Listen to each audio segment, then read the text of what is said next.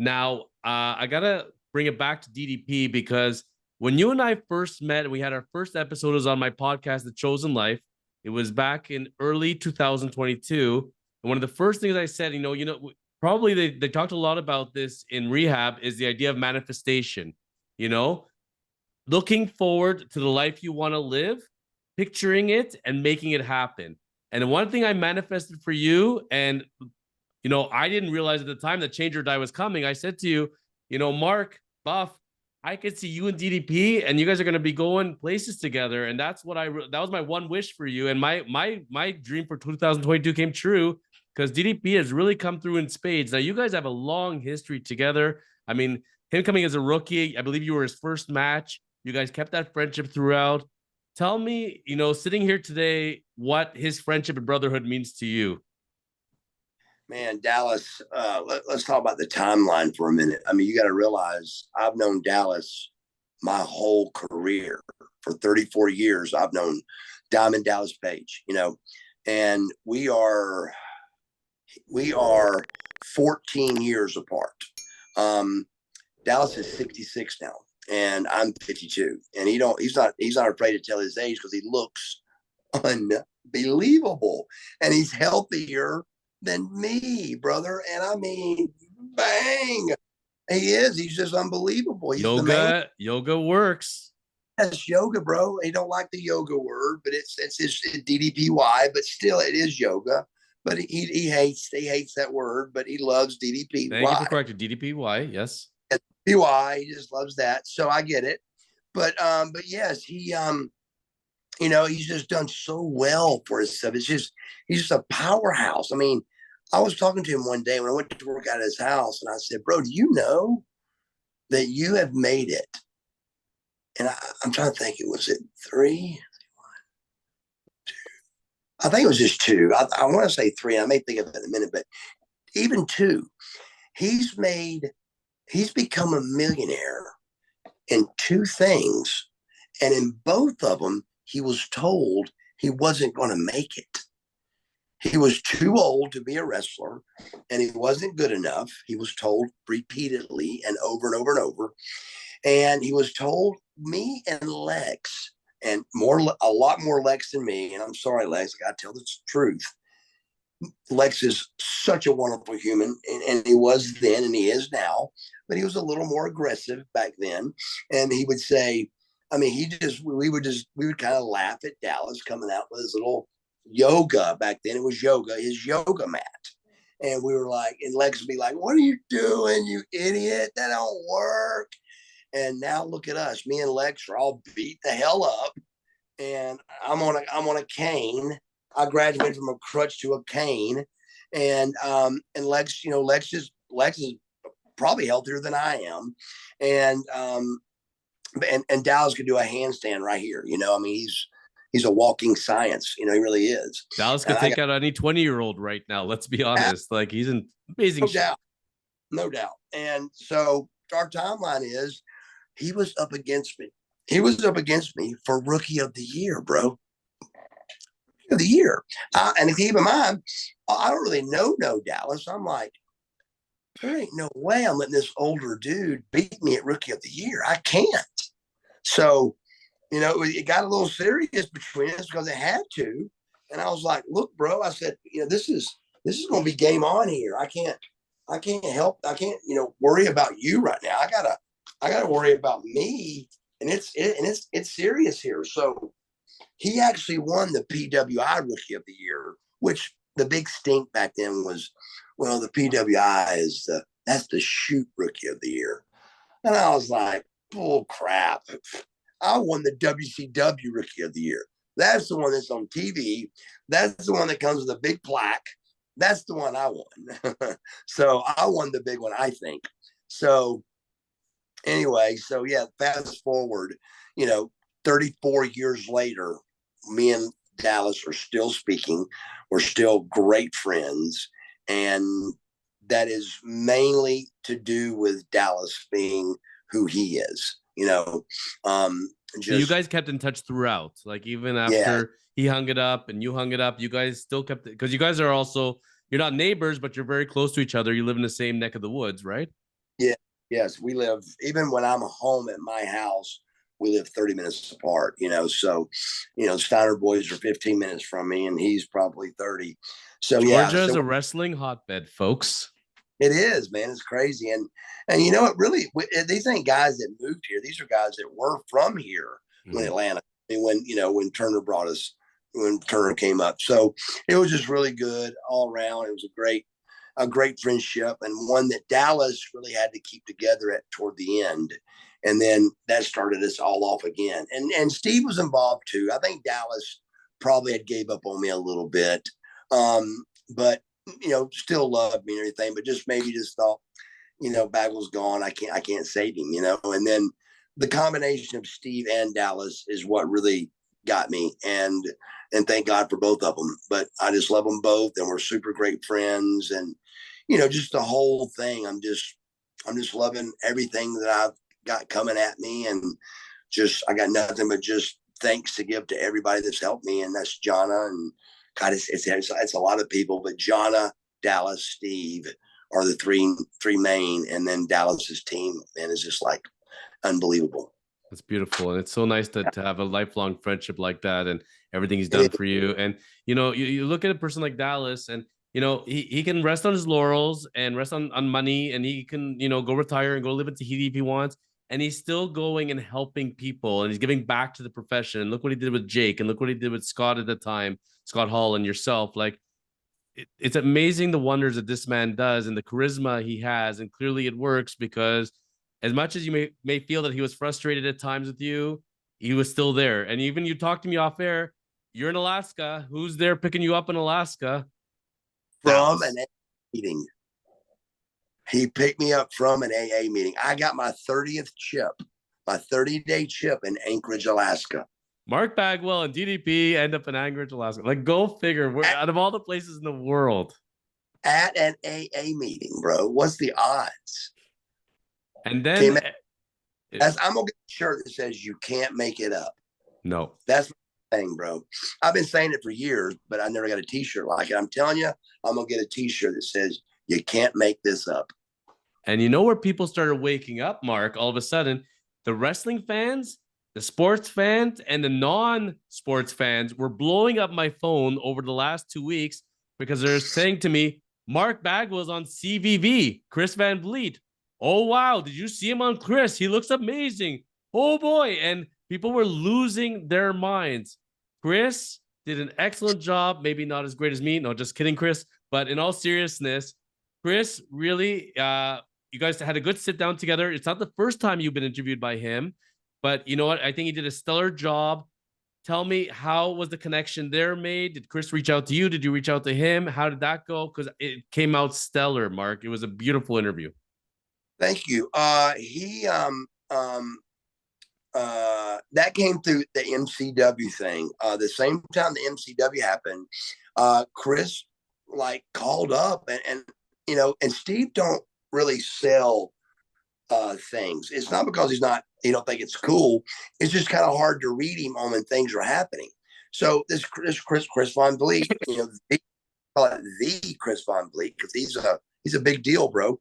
And yeah, he's up there. And I was like, I mean, he interviewed George Clooney, The Rock, Julia Roberts, a week before he did me.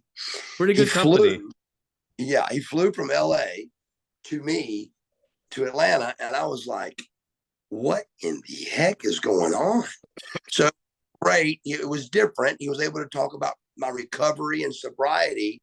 And that's something that Clooney, thank God, he don't have to talk about right now or ever. And Julia Roberts never, or not right now. And, and The Rock either, so it was a different view from a star. And so I think it was really good. I really love Chris Van Vliet. I mean, I think he's just phenomenal. I didn't like me in the interview as much as everybody else You're did. so hard on yourself. This is, Yeah, you're your hardest critic, Mark. yeah, but I don't. But I also tell myself when I think something's really good, you'll hear me say, "Well, I thought I did good on that." That's true. That's fair. That's fair. Yes. Yeah, it wasn't that it was that I felt like it was bad. It I felt like, I don't know. I felt like we didn't complete things or something. It was my fault. I had so much coming in my brain, man. Just, and I think that's normal. Everybody told me it was, but it just didn't feel like I just, boom, I nailed that. It didn't feel like that to me, to the point where if everybody else wasn't really happy right there when it happened, I'd have been like, can we do that again? But it was like an hour, heck, it may have been more. It was a long time, but of course I didn't, because everybody else was like, oh my God, that was great. And everything. I was like, but just right here, I didn't really feel that way. So no, but nothing against anybody. I love Chris to death. It was on me. But let's put it this way. It's one of the few things I've ever done that I didn't watch back. I've never watched it back. You just knew how you felt in the moment. But I was there, so I ain't got to watch it back. You know what I'm saying? But I always watch to learn something, to not say something again, maybe say something else. And to be honest with you, 90% of that reason is because I'm just so busy. We shot that like at midnight after I've been at rehab all day. So it was after a big, long, full day, and you think, yeah, let's knock it out. But I think not being rested maybe, and just knowing he was a big wig and a big deal. And I don't know, man, I just didn't feel real closure with it. But I mean, I gained so much respect from Chris Van Vliet, bro. He's such a powerhouse. Great, good looking guy. Really loved him to death. He's a class act. He really comes in like no attitude. I'm like you, and he really approached it really well.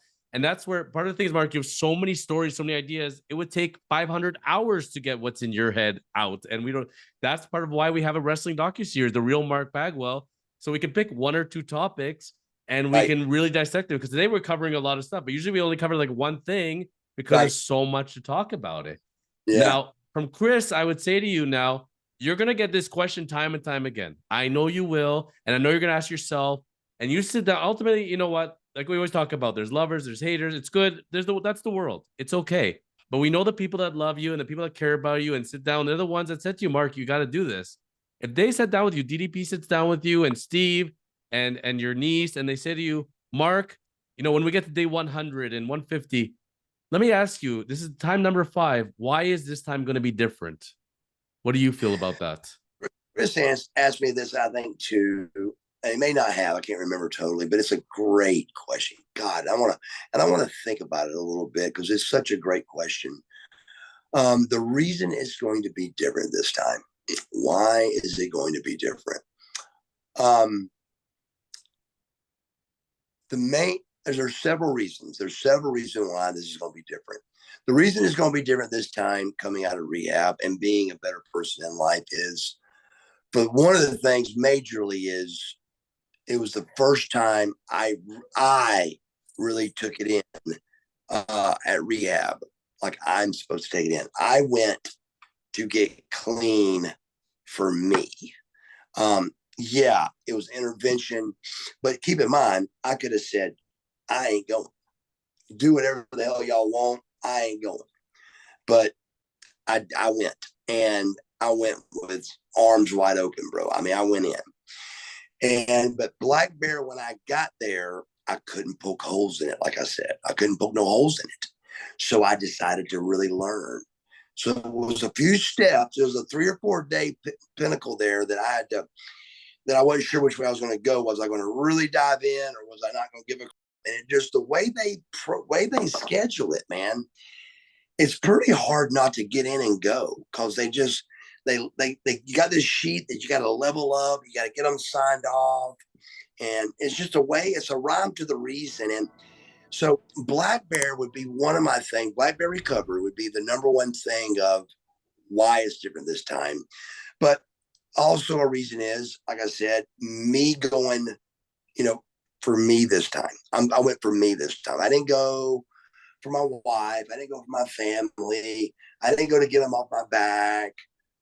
I went and started doing school and listening and had notes and stuff and learned because I'm 52, man.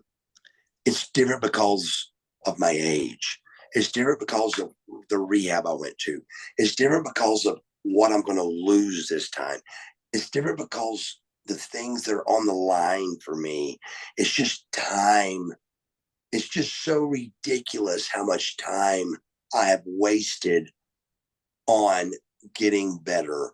And I just don't want to waste no more lifetime value. I got so much more valuable life left, and I just don't want to waste a minute of it. And I'm not going to. I'm not going to. And I got It's to going to be different. And I got to tell everyone out there, building our friendship and our brotherhood over the last year, and even before that, I always kept tabs on your career and your life. I have never, in the past 15 plus years, I've never seen you this focused, speaking in this manner. Like, it's like you literally evolved into a different person, but it's you. Like, it's like you Yes. said, at some point you have that breaking point in age where you're saying, I got to go to that plateau. I got to go to a different level now. And it's like it's gone off because they didn't take you kicking and screaming. You've accepted. You're embracing this stage now, and you're excited Right. about it. And I love Yeah. that.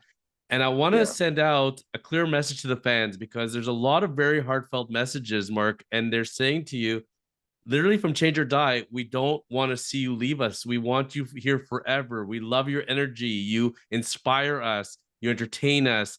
And they love you so much. To those fans out there, what message can we send them out today? Man, just don't give up on Marcus Bagwell. And nobody, it seems like nobody has, but I really don't want to lose anybody throughout this walk.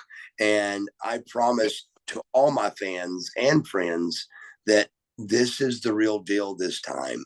I'm really going to be, there may be even a little fraction of my walk where I was the little boy that cried wolf, but not really. There was always things that happened to make me think, damn it, if that would have happened, I maybe could have got clean, if I would have.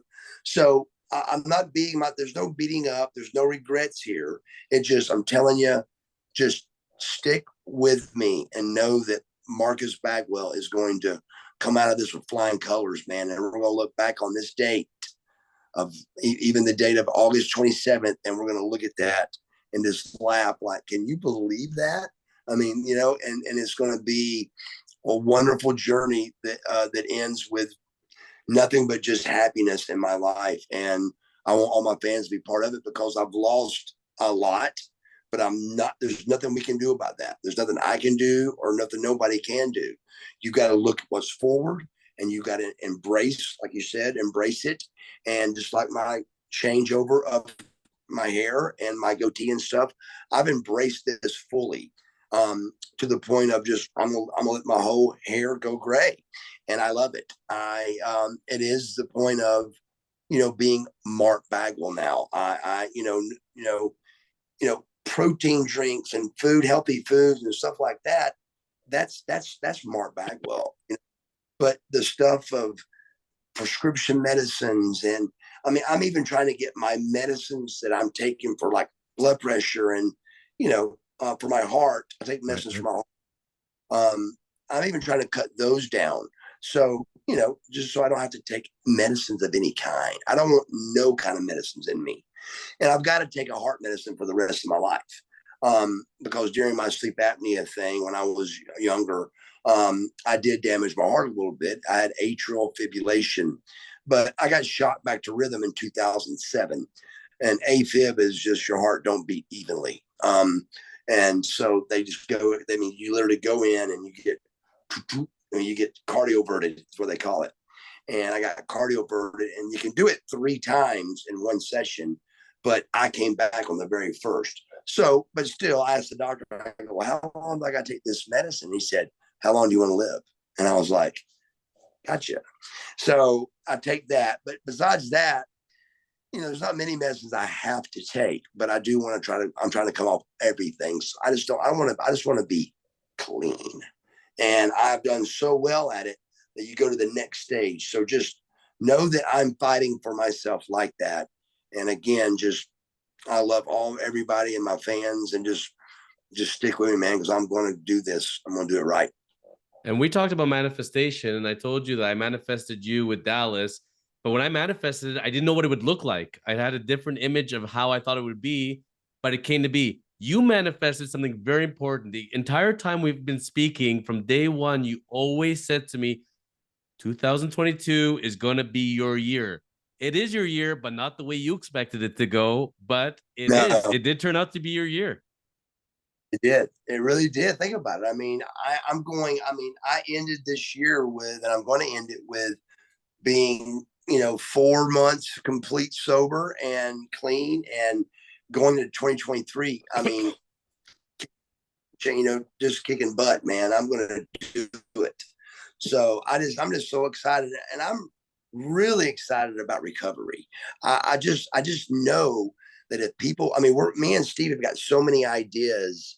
Like just going up to having a camera crew and just pulling up to maybe seeing somebody at the corner with one of those help me signs or God, or need money, hungry, all that.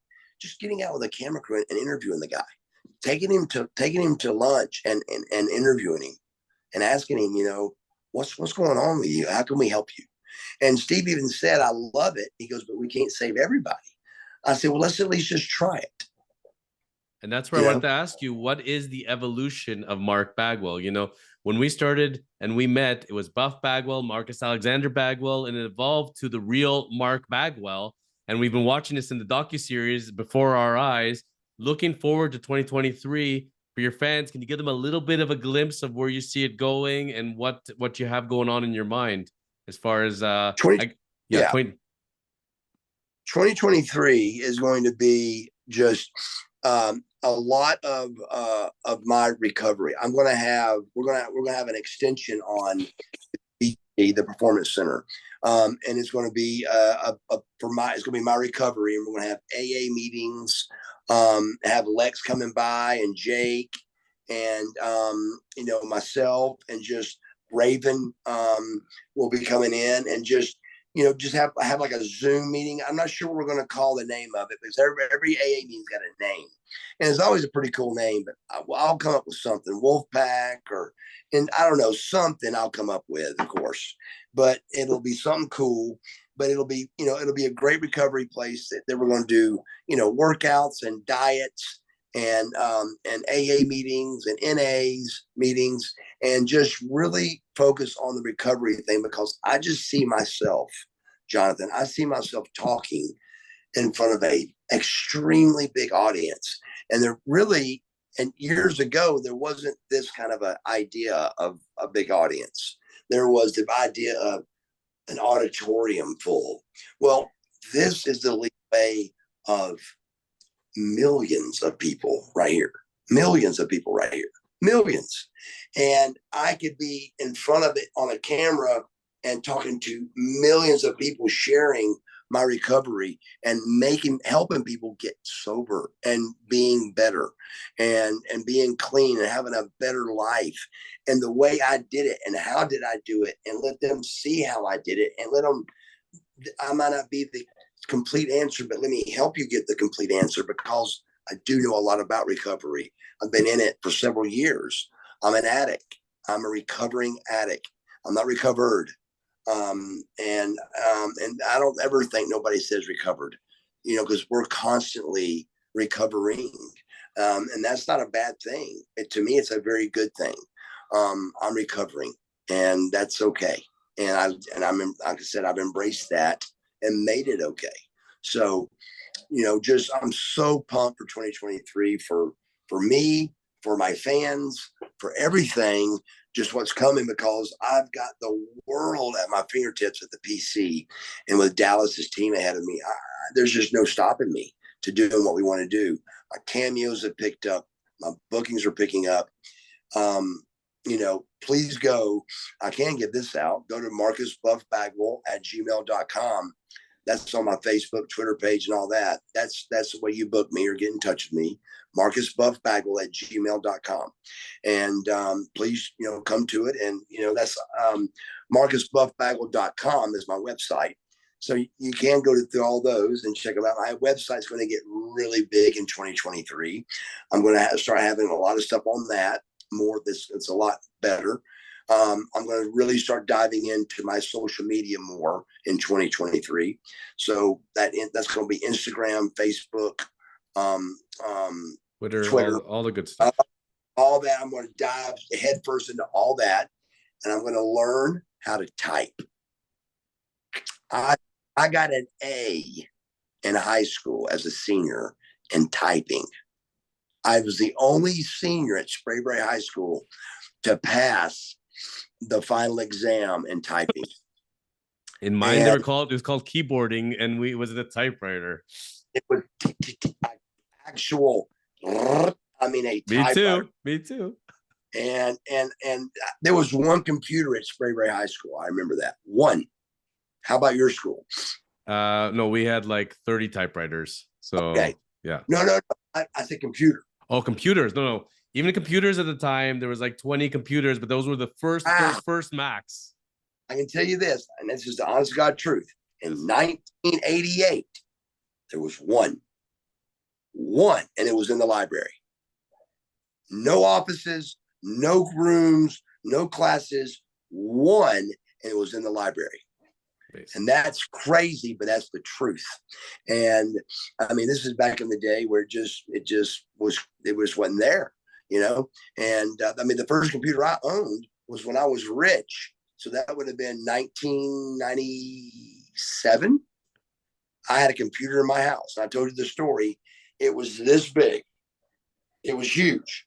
And it was on my desk in my basement of my big home I had.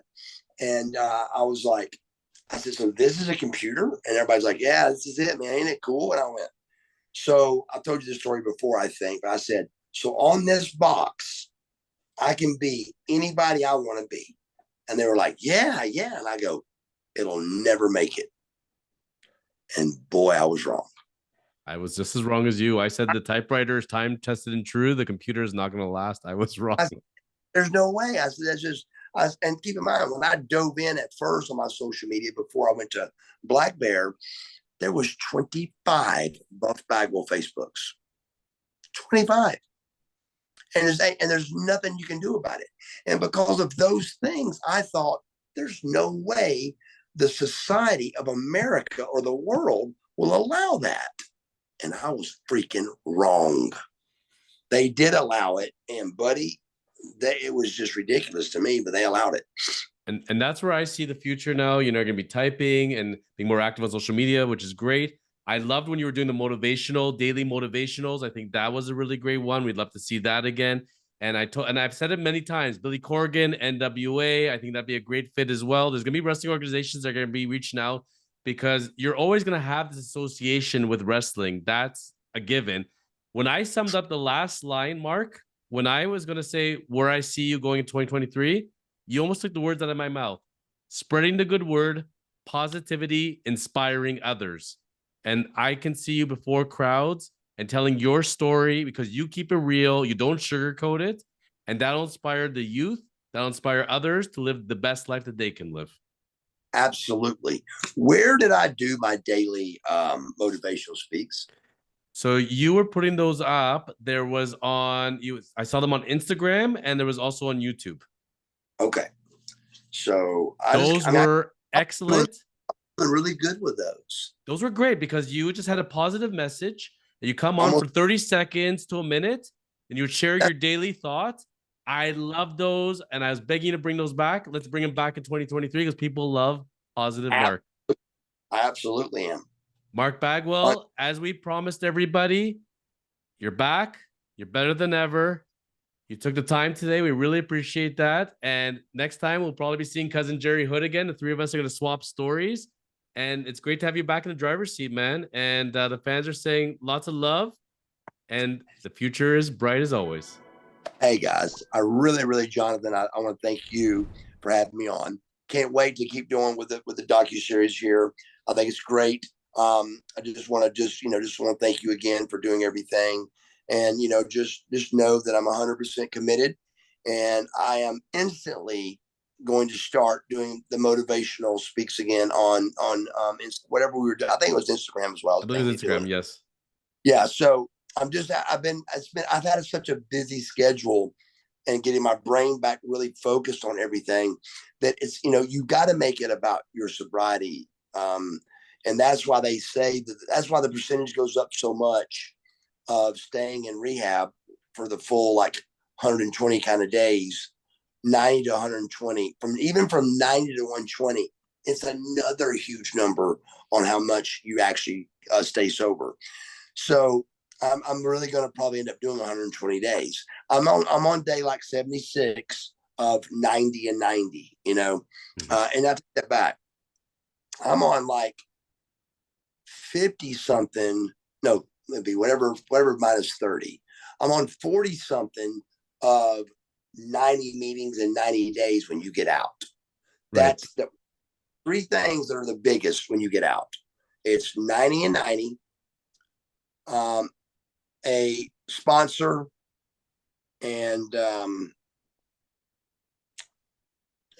and 90, a sponsor. I can't remember the third one, man. It was beating my head, but we talked about it so much today. But 90 and 90, sponsor, and I can't remember what the third one is, but it's a very high success rate. But I'm doing all 3, whatever it is. I think it's just aftercare. Aftercare. Yeah, aftercare. Yes, that makes sense. Yes. Yeah, that's it. It's the 90 days aftercare.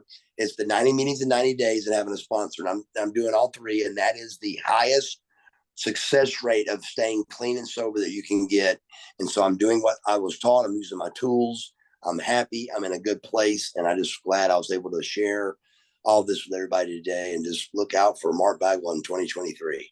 And we look forward to seeing you back many more times and hearing the stories and for the motivation.